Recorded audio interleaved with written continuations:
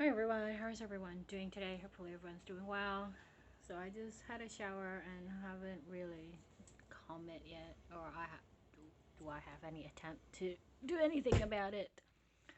So I just want to have a chatty video type of uh, vlog today. I recently turned 37, so I thought this would be a good chance to kind of reflect of what's or how it feels to be 37. Um, 37, I think, is a proper age where you are literally entering middle age, because 30 to 33 is early 30s, 34 to 36 is mid 30s, 37 is the first age where you're like, yeah, I'm in my late 30s now, officially. Um, so I don't know what to say.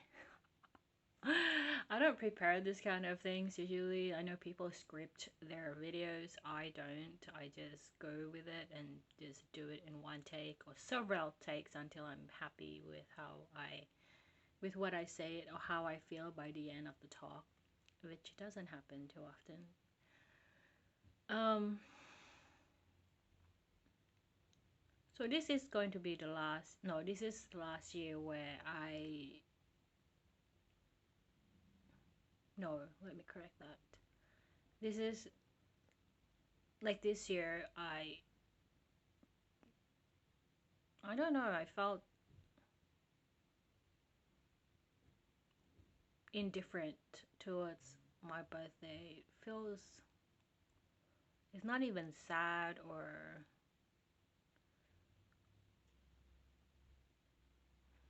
depressed, which I thought I would be, because no one said happy birthday to me. I felt like, oh yeah, people have forgotten my birthdays altogether, which is, I think, how most people are when they get older. I feel like people just don't celebrate themselves anymore. And I was never been a big birthday type of girl.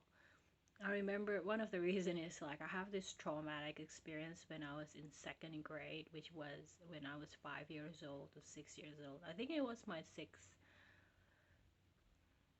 It was probably my sixth birthday, where I basically have to stand in front of the class, and I think my mother had arranged for uh, like packets and packets of fried chicken to be handed to my classmates. So I'll be like, hey, I'm the birthday girl. I have like packets and packets of fried chickens, and then I'm kind of handing it out, and then people are gonna say happy birthday to me. And to be honest, I still remember the feeling of embarrassment on that day and the feeling of fear. I don't know why, but I really felt fearful. Maybe like you should not put an introvert person or child at that oh, in that situation. It was purely a terrifying moment. I think in that moment, I know I would not I would not want a wedding at all in my life. I would just going to sign bloody papers if I ever got married in the future, which at this point seems very unlikely. But if I were going to, because just remembering that particular event is still sending chills down my spine. And I don't know, being 37 is weird. Especially, well, not too much because it's more like my own self assessment because I don't go to work. So, I mean, like, I'm not employed by someone else. I am, just making my own money. But at the same time, I'm also very aware of the fact that at this age, I should have at least, I don't know, $300,000 saving in the bank. Okay, maybe that's too much, but at least like $100,000. That's not a lot at all, like cash. Because at 37, you should have been working for 20 years now. And for the past 20 years, $5,000 a year is not a lot. So 20 years, if if to get to 100,000 for 20 years, you only need 5,000 a year, and you will reach 100,000 um, saving. So $5,000 a year is not a lot if you consider my age. Like that's still poor, but that's like some kind of respectable poor for your age. Um, and I'm not even near that. I'm still living near poverty line. Like I'm only making very like low amount of money. Not even money that is being made by people who are in uni and having part-time job. So I'm not even making like a first year graduate salary at all. I'm not saying that it's bad. I'm just saying like that's the financial situation, and it's not stable at all. Sometimes the sales can be very low, and I have to kind of figure out how am I gonna get by this month, and hopefully the rent is get paid. And after that, I just have to figure out how to just not eat too much, which is not a problem because I can fast for a very long time. Like my longest time not eating at all was like 3 weeks. I just water fasted. It wasn't a pleasant experience, but I did it out of necessity. If you don't have money to buy food, you don't eat. Um, and I think I spent so much of my time kind of trying to reverse trauma that I had when I was a kid. But the thing is, I felt like I don't have traumas, and you're in denial. So I think there's a lot of that as well. Like trying to kind of break down what is constitute of trauma, is childhood neglect trauma, and is and then also I think like I just spend it trying to reorganize my brain and my body and my gut system, and trying to educate myself about how to take care of a body, which is really hard. So when I see women jumping into a relationship or having babies, I always feel they are so brave. Like, how are they so brave?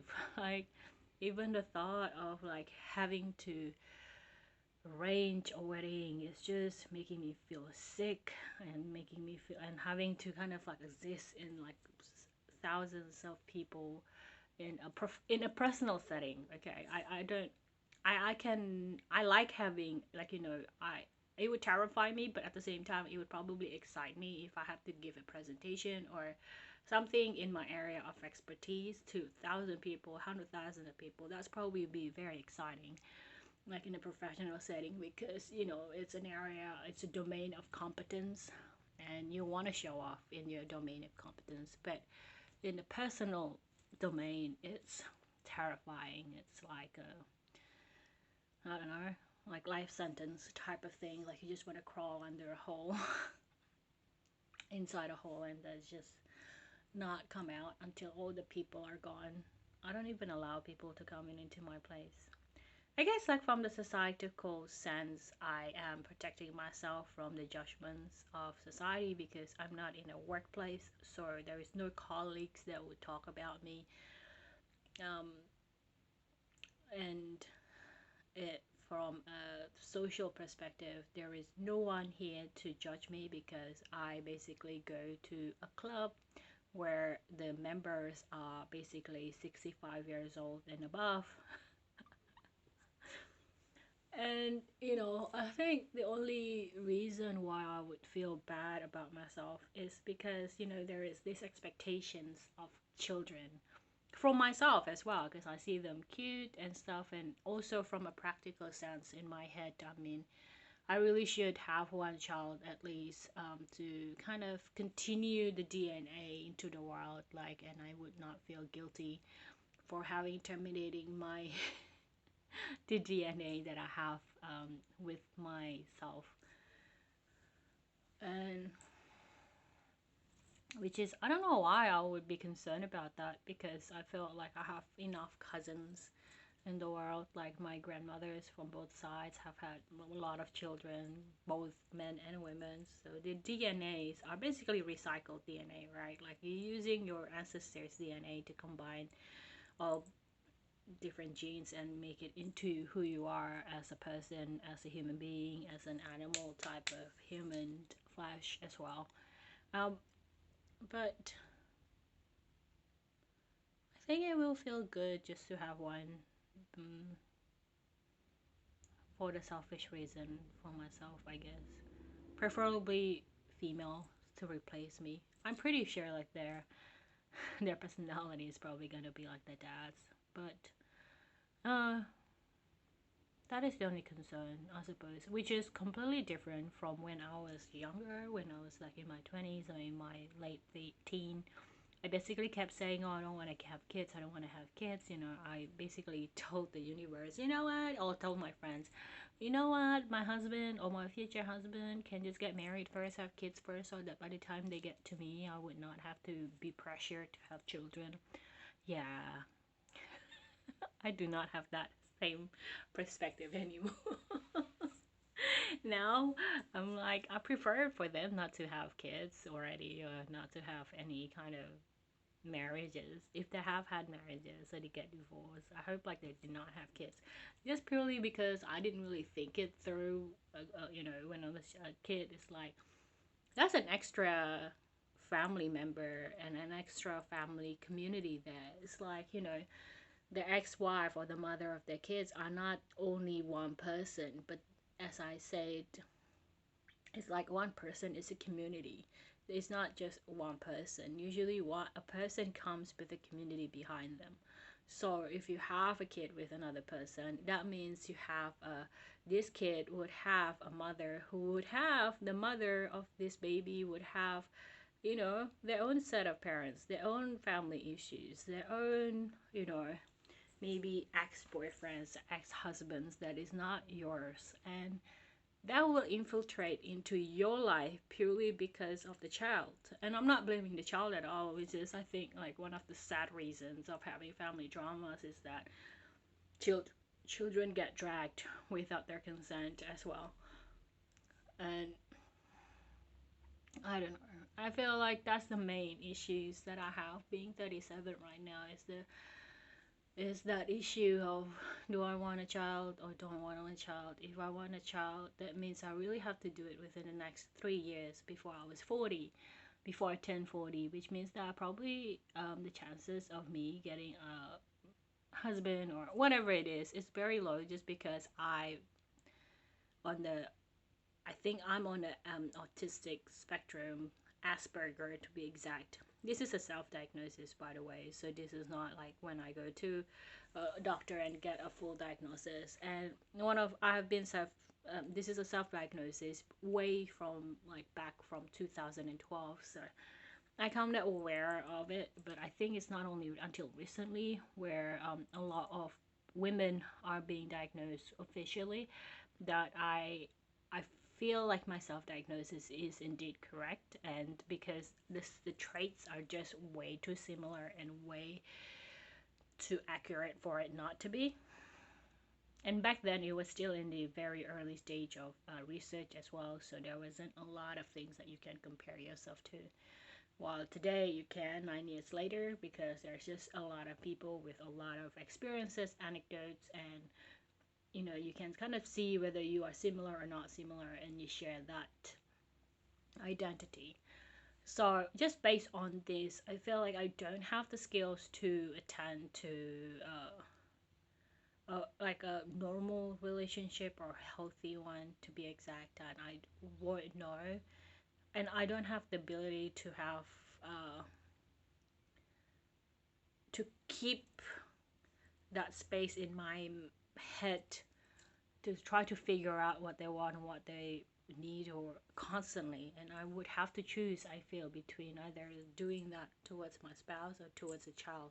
And I think, which is why I'm talking more about a child rather than a spouse, because I feel it's much more practical, because a child can grow and then leave the house, and so there will be that time limit of being a parent is not forever.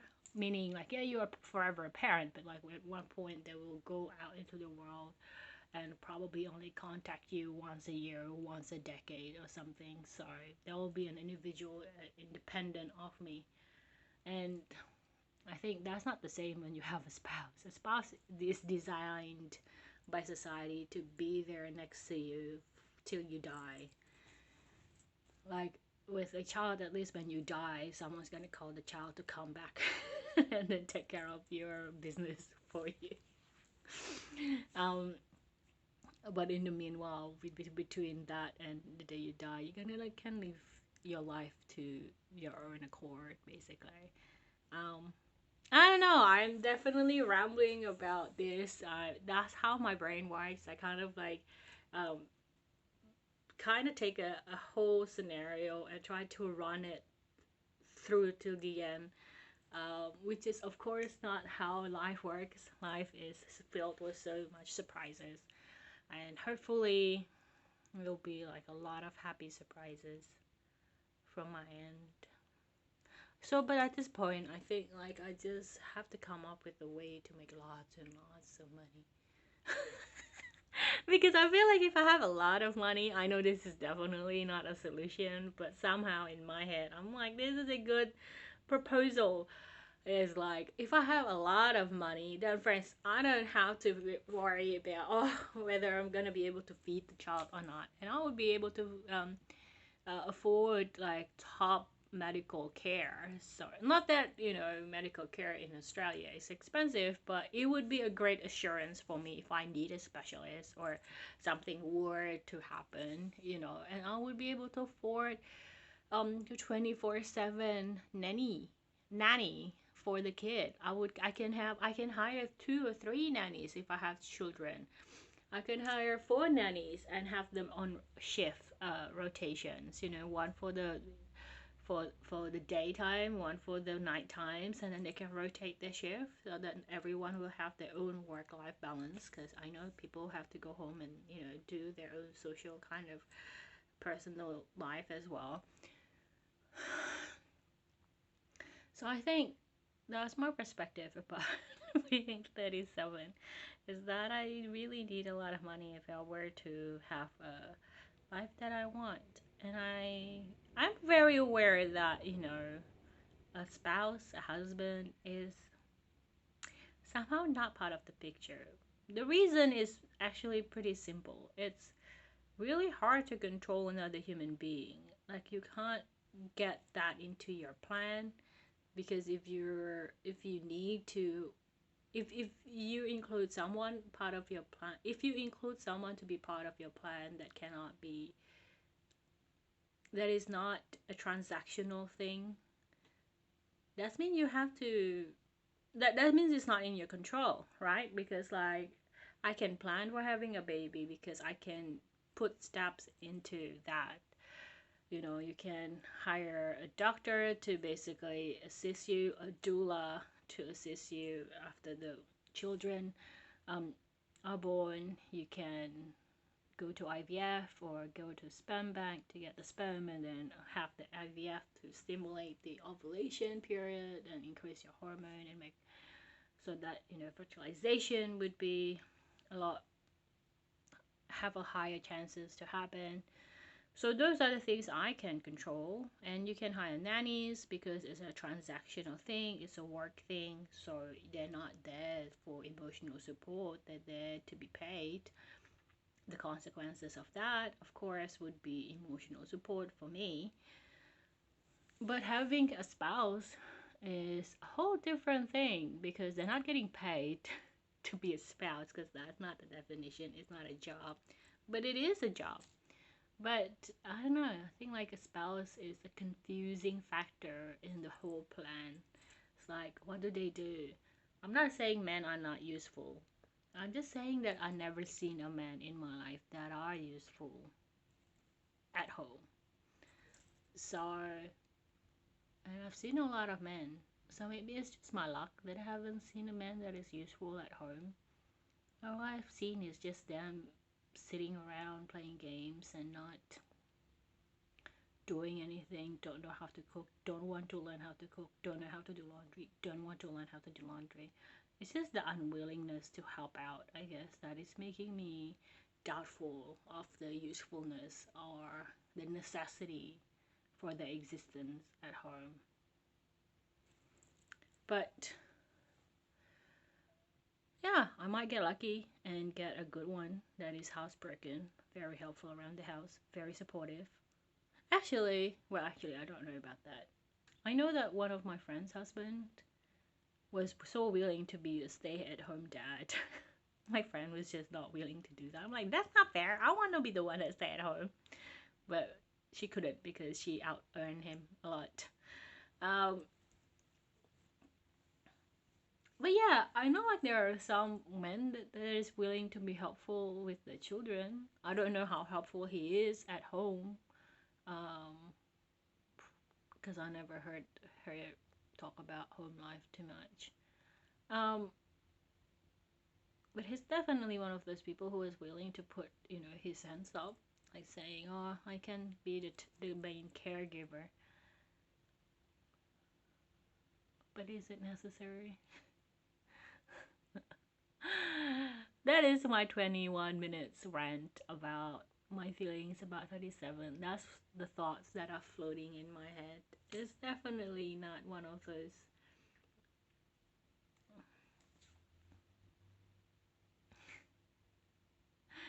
It's not one of those happy, cheery moments. But at least at this age, I'm not too depressed. I still cry sometimes, but then again, I found out, oh, I'm having my period in 2 days. So I don't know if the crying is valid or it's just hormones. All in all, I feel like I'm normal at 37. But is it too late to be normal at 37? 37 is such a big number. I just wanna run till the end. Anyway, if you basically stuck around till this very end, just ignore we have this conversation, and I will see you in the next vlog. Bye, everyone.